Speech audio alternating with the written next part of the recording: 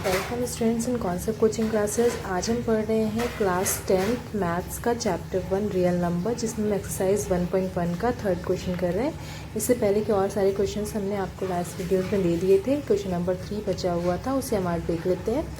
तो ये क्या कह रहा है हमें, question number 3, an army contingent of 616 members is to march behind an army band और 32 members in a parade. The two groups are to march in the same number of column. What is the maximum number of column in which they can march?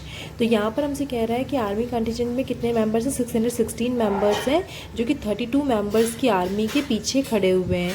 तो हमें इस तरह से group बनाना है कि maximum number of कितने column बनेंगे। तो हमें पता है कि मैक्सिमम नंबर ऑफ कॉलम बनाने का मतलब क्या हो गया कि हमें हाईएस्ट कॉमन फैक्टर निकालना होता है। तो हाईएस्ट कॉमन फैक्टर निकालने के लिए हम यहाँ पे total number of army member दिया हुआ है 16, number of member in army band दिया है 32।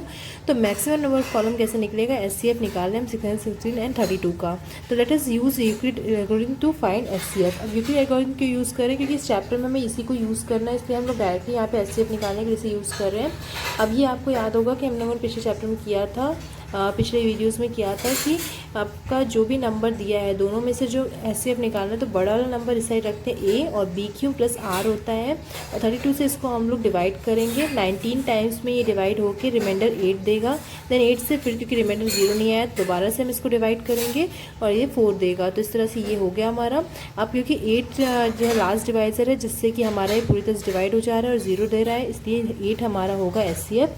तो एचसीएफ हो गया 616 और 32 का 8। दस maximum number of column in which they can March is 8। तो इस तरह से आंसर क्या हो गया हमारा, एचसीएफ आ गया 8, इसलिए हमारा आंसर हो जाएगा maximum number of column in which they can March is 8।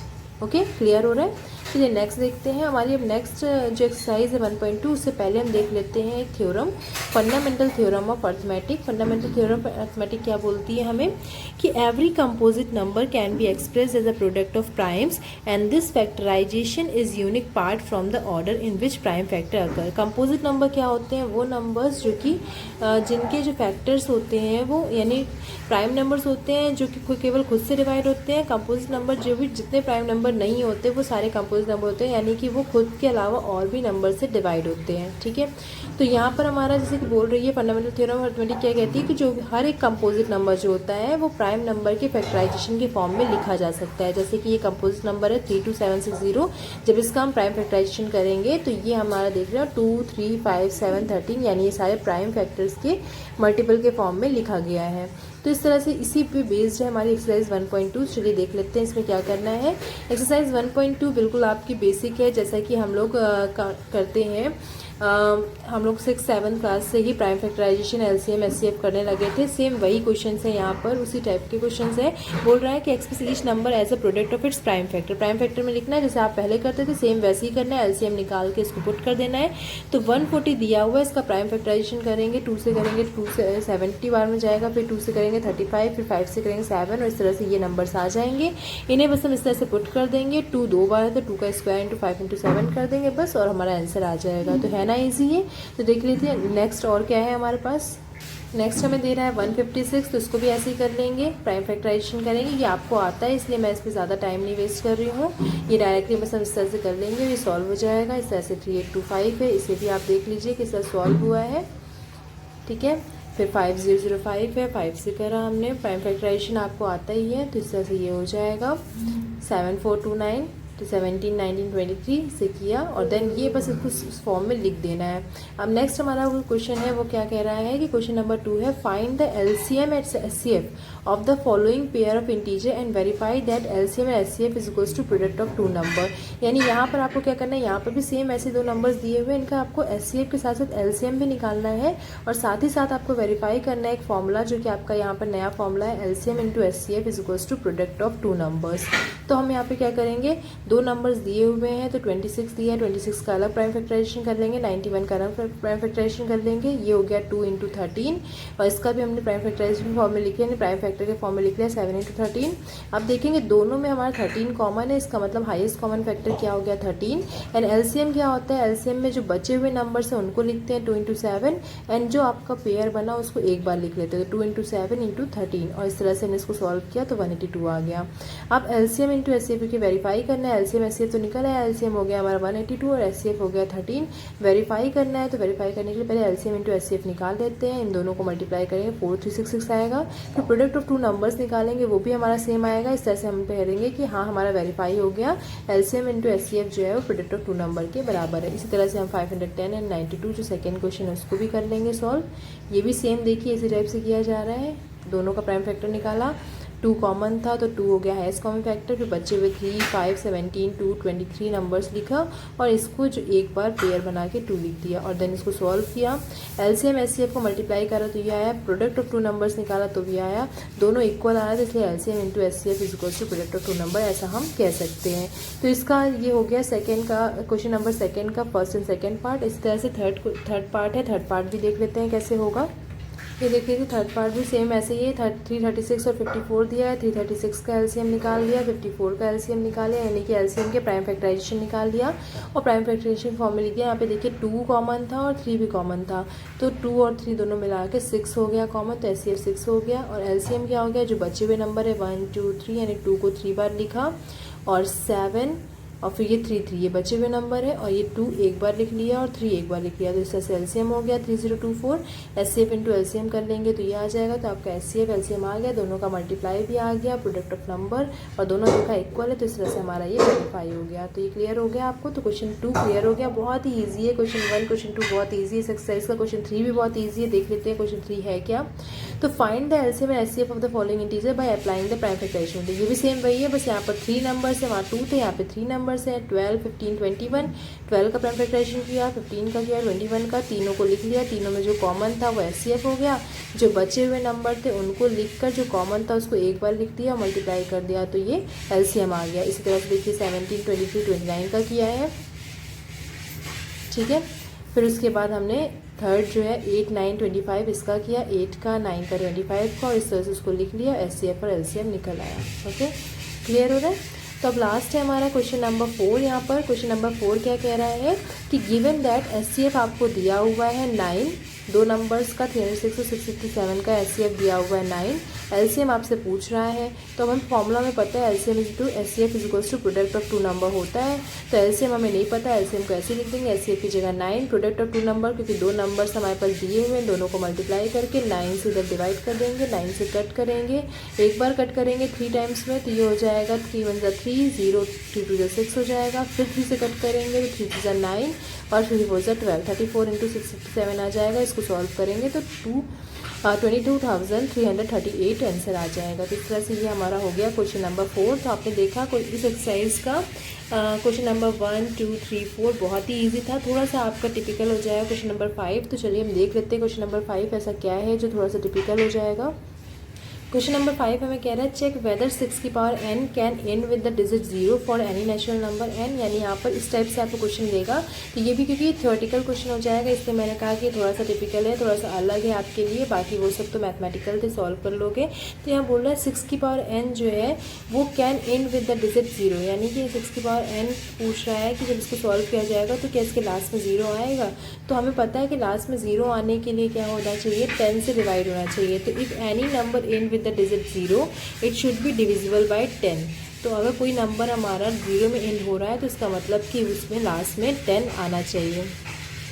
Then it should be divisible by 10। देखिए कोई भी नंबर अगर हम कह रहे हैं कि उसका एंड जो हो वो 0 हो तो उसका एंड तभी 0 होगा जब वो 10 से डिवाइड हो रहा हो, क्योंकि हमें पता है कि 10 से डिविजिबिलिटी तभी होती है जब उसमें लास्ट में 0 है। जैसे फॉर एग्जांपल आपका 20, तो 20 10 से डिविजिबल है इसलिए 20 में लास्ट में 0 है। 100 हो गया लास्ट में 0 है, इसका मतलब वो 10 से डिविजिबल। तो कोई भी नंबर अगर लास्ट में 0 आता है दैट मीन्स कि वो 10 से डिविजिबल होगा ही होगा। इतना तो आप क्लियर है, इतना समझ रहे हो। तो हमें क्या करना है, हमें चेक करना है कि 6 की पावर n जो है क्या वो 10 से डिविजिबल है। अगर वो 10 से डिविजिबल होगा तो इसका मतलब कि उसके लास्ट में 0 आएगा। तो हम चेक कर लेते हैं डिविजिबल बाय 2 एंड 5। अब देखिए जो 10 से डिविजिबल है इसका मतलब कि 2 और 5 से भी डिविजिबल होना चाहिए, क्योंकि 10 इज इक्वल्स टू 2 इंटू 5 होता है। तो अगर 10 से डिविजिबल है इसका मतलब 2 और 5 से भी डिविजिबल होना चाहिए।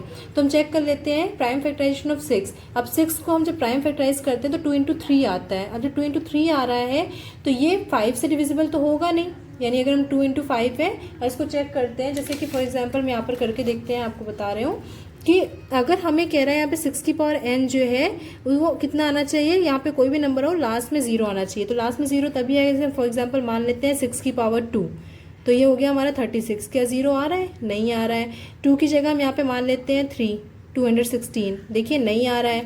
तो ये तो हमें पता चल गया कि हमारा ये जो है हम चेक कर लिए कि नहीं आएगा, लेकिन फिर भी हम इसको अगर मैथमेटिकल मेथड से सॉल्व करें तो 6 की पावर n जो है वो लास्ट में 0 तभी आएगा जब 6 की पावर n जो है वो डिवाइड हो जाए 10 से। 10 से डिवाइड होने का मतलब क्या हो गया कि 6 की पावर n जो है वो 2 इंटू 5 से डिवाइड होना चाहिए। अब 2 इंटू 5 से डिविजिबल होना चाहिए, तो इसका मतलब कि ये पूरा पूरा कैंसिल हो जाना चाहिए, पर हमें पता है कि 6 क्या होता है 2 इंटू 3। अब ये 2 इंटू 5 है, यानी कि अगर हम 2 से कट भी कर देते हैं इसको तब भी 5 नीचे बचेगा। इसका मतलब ये नॉट डिविजिबल बाई जो है 6 की पावर n जो है वो 10 से डिविजिबल नहीं है। अब 6 की पावर n जो है वो 10 से डिविजिबल नहीं है, तो हमने क्या लिखा कि प्राइम फैक्टराइजेशन ऑफ 6 की पावर n 2 इंटू 3 की पावर n आ गया, और 5 is not in prime factorization, हमें 5 भी होना चाहिए पर 5 नहीं है। तो hence for any value of n 6 की power n will not be divisible bye 5। Therefore क्योंकि अब कोई भी 6 की पावर n जो है वो 5 से डिविजिबल नहीं होगी, तो देयरफॉर 6 की power n can not in with the digit 0 for any natural number n।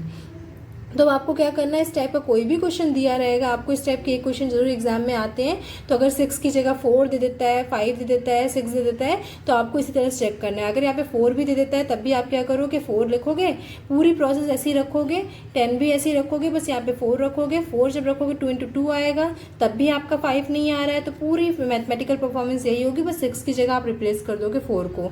But अगर यहाँ पर आ जाता है आपका 5, तो 5 होने पे पॉसिबिलिटी बन सकती है। तो 5 होने पे पॉसिबिलिटी एक बार चेक कर लेते हैं बनती है कि नहीं। तो 5 रखेंगे तो 2 नहीं आएगा, इसका मतलब 5 में पॉसिबिलिटी नहीं बनेगी।